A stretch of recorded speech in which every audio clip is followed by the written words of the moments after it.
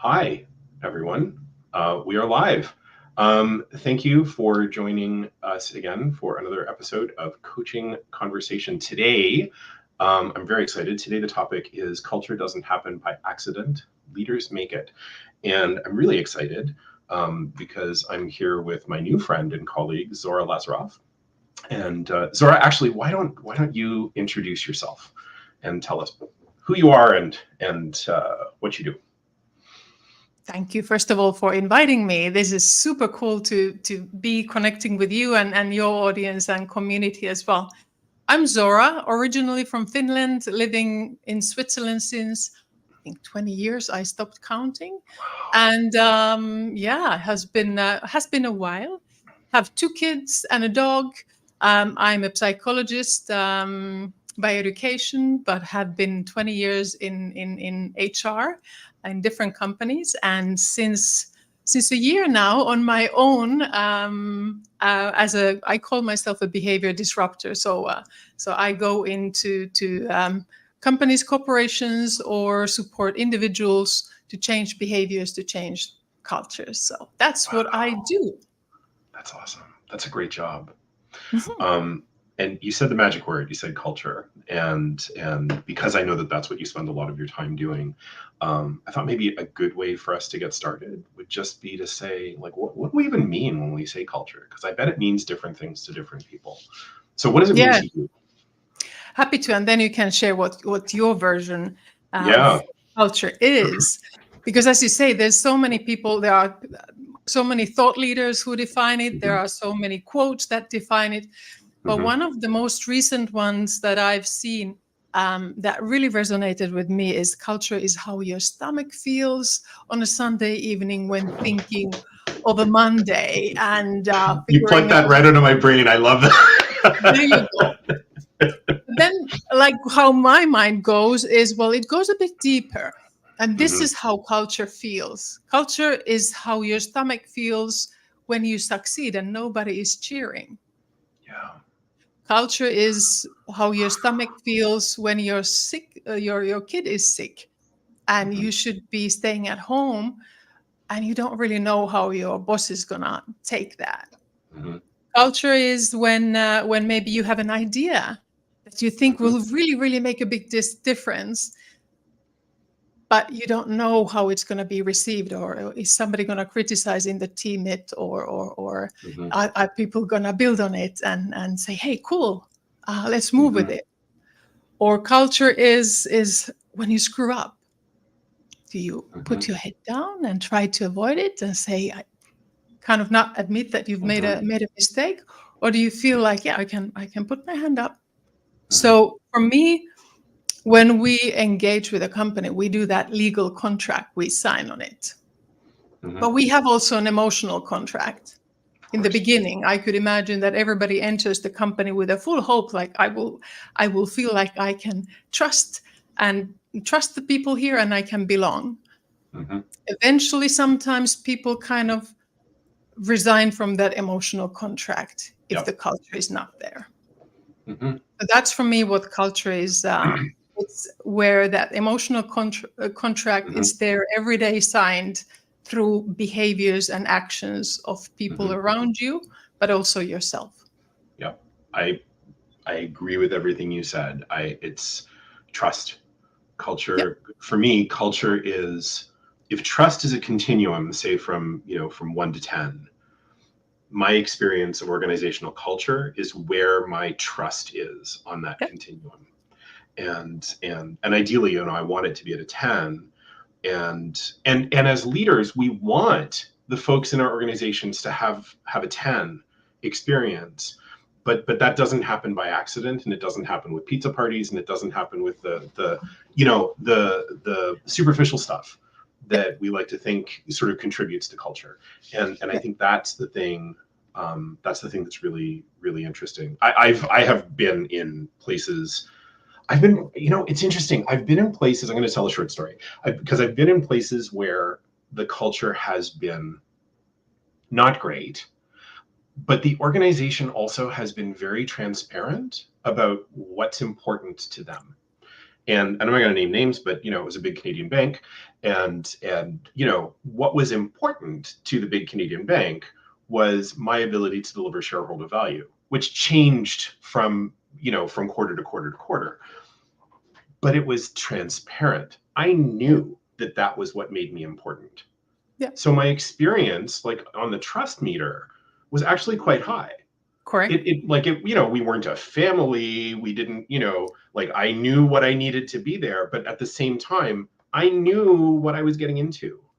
Yeah. But I've also worked for organizations that said, we're high trust. Our most important thing is our people. We're nothing without the team, whatever. And then it didn't pan out. And my trust in that organization is much, much lower on the continuum. Absolutely. I think that's such a, if people look at the values on a company wall, and the lived values are not the same as the written values, those little pamphlets become color printed lip service, because they really don't mean anything for people. Yeah. It's just like, wow, what a waste of great wall. But like you say, if the lived values are close to the written one, and even if they are sometimes hard, like you said, you know what, shareholder value is our number one value, and we live by that. People who resonate with that can then also say, you know what, this is where I feel like I belong. Here, my emotional contract is kind of like lived daily. And that's just it. There's I think that there's a misperception that culture is about, like making everyone, that there's something soft about positive culture. And I don't think that's true. Yeah. Right? You don't have to have softness. You don't have to be weak in order to have a good culture. Totally agree. You know what I learned when I was in MIT? Tell me. The word anti-fragile. If Bill Olet is listening to this, it's his word. Because this guy is a genius. I can tell you that much. If anybody goes to MIT, go visit Bill Olet's sessions. He's hilarious. He's super funny, but knows a whole lot of thing about companies, startups, enterprises, whatnots. And he talked on the day one. He talked about anti-fragile, and that each company should be anti-fragile. And how do you build it? If you are just starting up with a 1 or 2 people, or you have already 100 people there. And I left that meeting with a thinking like, so culture is that kind of element of creating anti-fragility. And that is where I felt like when we talk about what is the opposite of a toxic culture, I usually nowadays say it's the anti-fragile culture. It's the culture that enables sustainable business to operate. Because if your attrition numbers are high because of your toxic culture, you are fragile. If you don't have a proper development programs, and people are kind of on a low burning fumes and not engaged and not growing again, your culture is fragile.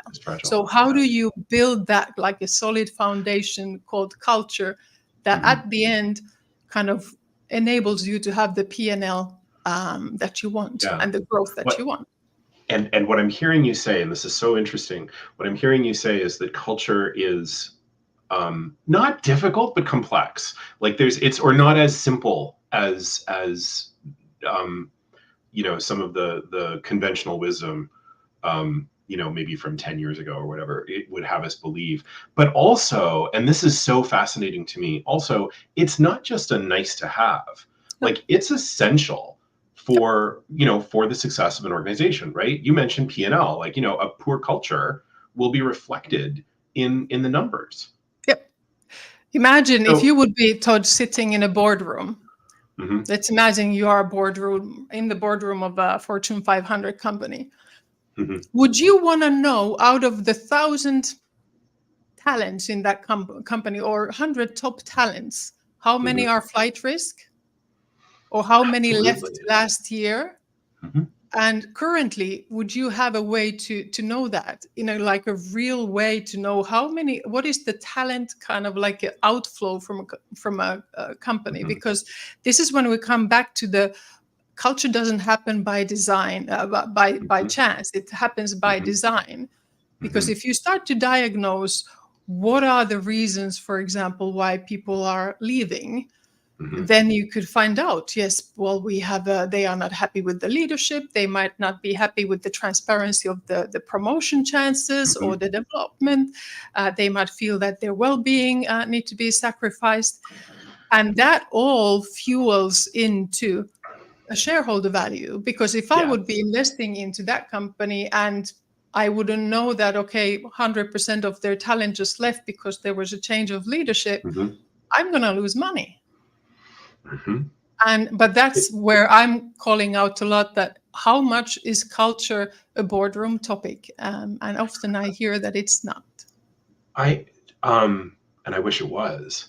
And Yes. and and that's fascinating. But you know what else is coming up as you describe that, Zora, is so let's say I am sitting in a boardroom, and let's say I'm on the board of a Fortune 500 company, Yeah. and I know that there's attrition. I know that things are happening. I know that top talent is bleeding, and and I don't know why. If I go a level down and I'm on the executive leadership team of that company, then it takes a lot of guts. It takes a lot of courage for me to actually expose transparently these topics to my board of directors. And it would be very easy and damaging and dangerous, but very easy to suppress that. So, oh, this is not information that I actually want to share. Yeah. I'm going to try to fix this before I share it. Yeah. And and a culture fix is not a quick fix. No, it's not. Right. It takes Ha- a long time because there's yeah, trust, and the trust needs to build. absolutely. And this is a question to you. For sure. Have you ever heard a leader admit publicly that it's because of him or her that there's attrition?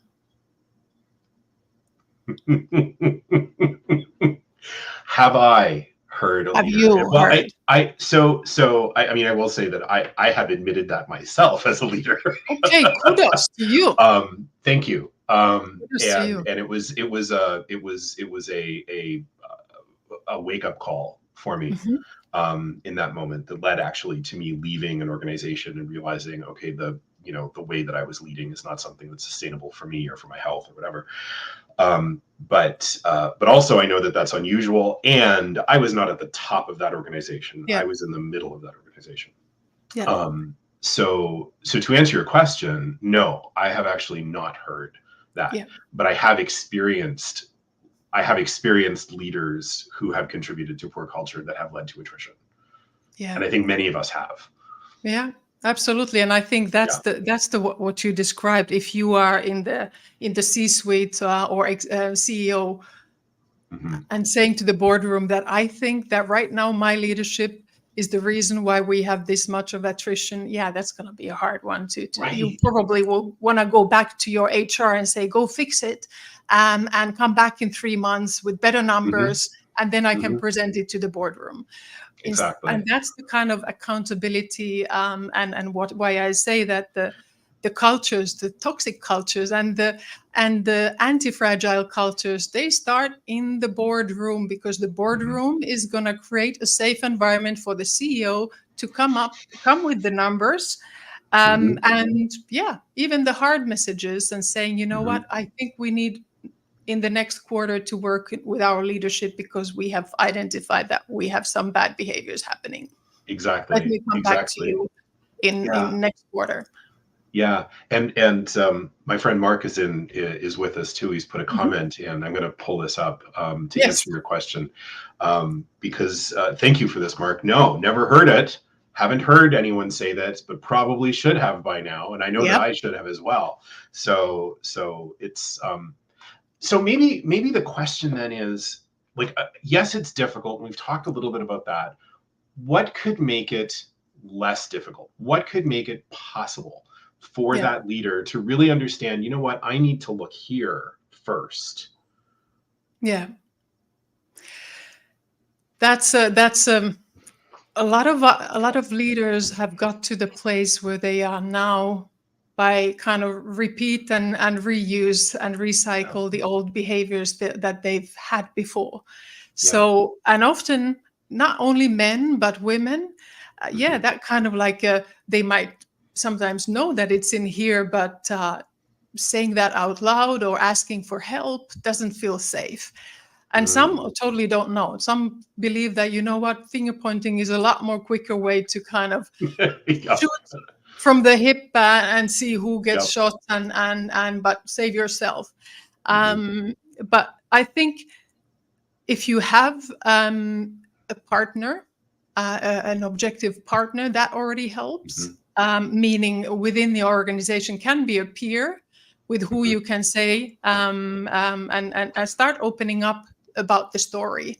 Because so often what I've noticed with the leaders who struggle with their kind of microcultures or bigger, the narrative, there's this kind of spin in the narrative. It's like, oh, you know, it's just a tough period of time. And the employees are like, well, that tough period of time has been like 4 years here. Kind of like a wake up. But there's this kind of like overly positive spin. So how do we, first of all, get that kind of get sober about that narrative that you as a leader have? So I would start there. So even before you start to tell how it makes you feel, that's kind of step 2 and 3. But first, find a person with who you want to really honestly talk about, like, hey, Todd, you know what?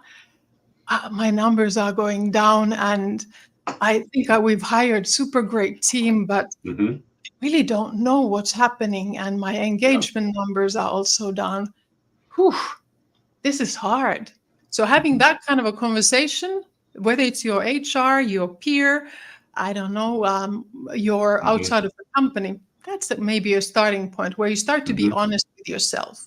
Right. Yeah. And Mark's in the comments again too, and offers, you know, the concept of a safe 360 as well. And I think the key here, and thank you for this, Mark, the key here is that it's safe. Yep. A safe 360. So what I'm hearing in what you're describing, Zora, and also what Mark's suggesting is, you know, my first step would be establish my safety. What is that? Who is my safe partner? Yep. Right. I think there's I want to say it's the Gallup the Gallup employee engagement survey that so many companies use has a question on it, which is, you know, do you have a best friend at work? And the best places that I've worked have been the places where I could say, yes, I have a best friend at work. And maybe it's that best friend. Maybe it's that's the person who you can trust to give you honest feedback and isn't going to, pardon me, blow smoke, isn't, you know, is just going to say, really, yeah, you know what, Todd, this is you. Here are the things that you're doing. Here are the things that I'm hearing about what you're doing.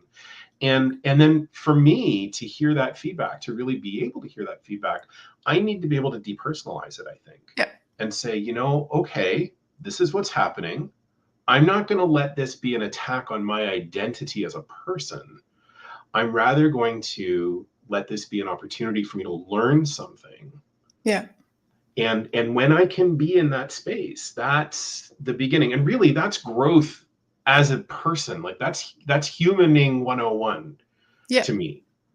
Absolutely. And I think how you can then, so how you can please. kind of open up, how you can start to open up then the person. So if somebody is then approaching, you find your safe person. So how can you help them to slowly open up?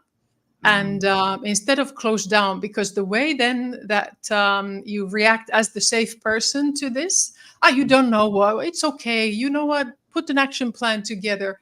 So how can you, as a safe person, then first just recognize somebody is being vulnerable, which is probably not the most typical kind of mode. So how can we receive vulnerability without the need to try to fix it and directly start to say, well, do this and do that and go there and read this book and implement a plan. So I think that's number one. So how do you create that safe space? But then the second one is definitely, I think, how do you start sourcing that feedback? And I like what was the 360. I think that's probably when that overall safety, because 360s can be really, really helpful but also harmful when they are used as a weapon. Yes. So how do we first create that place for the leader who has chosen to be vulnerable, is willing to change the narrative, to then be supported by eventually with the 360, but first that he sources that feedback from a smaller group of people. Yeah, there is a leadership skill which I believe is underutilized, and which I think you are talking about here, and it's asking for help. Yeah. Yes. Just asking for help. Absolutely. And the very best leaders that I know are the ones who are unafraid to ask for help. And this is one of those situations that's perfect for that. Yeah. That also, again, it comes to the culture and that emotional contract and that feeling of safety. What if I ask for help? Am I going to be seen weak, stupid, unable, whatnot? And yeah, I think that's why what you say, having that trusted partner to first just have that conversation is key. Yeah, And test it out. Yeah. I'm sorry to interrupt you. Go ahead. No. I think we are going. We are already. This is good. We are having that conversation right now. Yeah. But yeah, I think if we would, sometimes we also need to notice. So if a leader, and this is my advice to any leaders out there, if you notice somebody is struggling, why don't you offer and say, hey, I see you are not well. Or I see you struggle with your team. Want to go and have a lunch? Shall we have a talk? So instead of waiting in your kind of high-performing kingdom for others to reach out to you, why don't you then go ahead and offer that, be that trusted partner for someone? I think that could help too. Yeah, it's so interesting. There's a thing that I say often, and it's popping up here. I hope that it's relevant. But when we witness behaviors that we don't like in other people, like in leaders or whatever, it's often designed to solve a problem. And I think, we do ourselves no favor when we focus on the behavior, because that just is an opportunity to create conflict. But if instead what we focus on is the problem, then we have an opportunity to create a partnership. Yeah. Tell me more about that. So Zora, I'm noticing this problem. Yes. And instead of saying, and I'm noticing also that you're doing everything wrong about it, let's talk about that. Instead of what I can say is, I'm noticing this problem. How could I help? What are some things that you're trying?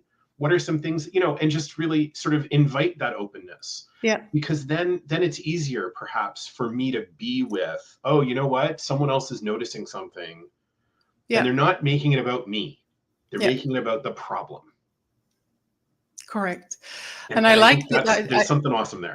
No, I like the idea, because if others pinpoint in us what is the behavior we need to see change, it should always come from within. So if somebody helps to mirror what they see in our teams or organizations, then I always say that culture is basically a collection of kind of collective behaviors. So how are we behaving with each other? So changing culture starts with changing one behavior, undesired behavior at a time. And why do I start always on that end? I have this kind of a culture garden analogy where I say, do you weed out first the bad stuff from your garden, or you throw some seeds in and hope they will kind of grow through the weeds? Well, of course, everybody who has a garden knows you need to first do the hard work. The same applies to companies. If you want to create culture by design, you need to weed out the unwanted toxic behaviors first, and not by finger pointing a whole lot of other people, but saying, okay, so if I want to weed out blame in my organization or in my team, great. First of all, I've named it. Now, how am I going to tame it in me? When have I been guilty of blame, and how can I start to role model it? And imagine when your top performers start to see the change in you and your top high potentials, you'll see the magic happen. So I want to sit with that for a second, because I think that's so important. You'll see the magic happen. We know from experience, and because we know that this happens, that people look to their leaders as behavioral examples. And right? So model the behavior that you want to see in others when you're at the top of the house, and that's how culture changes. That's what I'm correct. And model, first weed out the unwanted Right. behaviors. So you can talk about collaboration, the kind of lip service of collaboration, when blame is happening in your meetings by yourself. So then you'll need to be the one who says, okay, so I'm going to weed out this one in me. So can you people help me to change this behavior? And once you've done that, great. Then you can talk about collaboration. Yeah. It's interesting because I know we're coming up to the end, but there's just one quick thing that I want to join, because I had another conversation a little while ago with someone who was talking about emotional fitness. And what's coming up for me now as you're describing this is like the ability for me to sit with and accept that I might be the cause of a blame culture, right? That's going to bubble up an emotional response in me. And my ability to accept and just allow it to exist without trying to change it immediately, without trying to do something or read another book or jump on it, but just my ability to sit with that and understand what that feels like is going to be such an important first step. Yep. Because then it becomes data. Absolutely. Right? And there's in psychology is acceptance and change therapy, which looks at what are the things in me I'm willing to accept in order to change. Because that's where saying, okay, I've been blaming and part of this problem. Great, I'm going to accept that past, but now I'm going to then rewrite and kind of wire my behaviors and change it. So it's what you say, really, really brilliant, Todd, about kind of how can you accept it? Well, listen, this is a practice that I'm still learning, that I'm trying to figure out for myself, because it's decades of not doing that. But thank you. Listen, Zora, we're at the end of our conversation. I can't believe that it's fast. Yeah, I know, right? Like I could keep talking to you forever. I could as well too. You're so thank you so much for sharing your wisdom and for joining me today on this coaching conversation. Do you have any last words? What do you want to leave us with?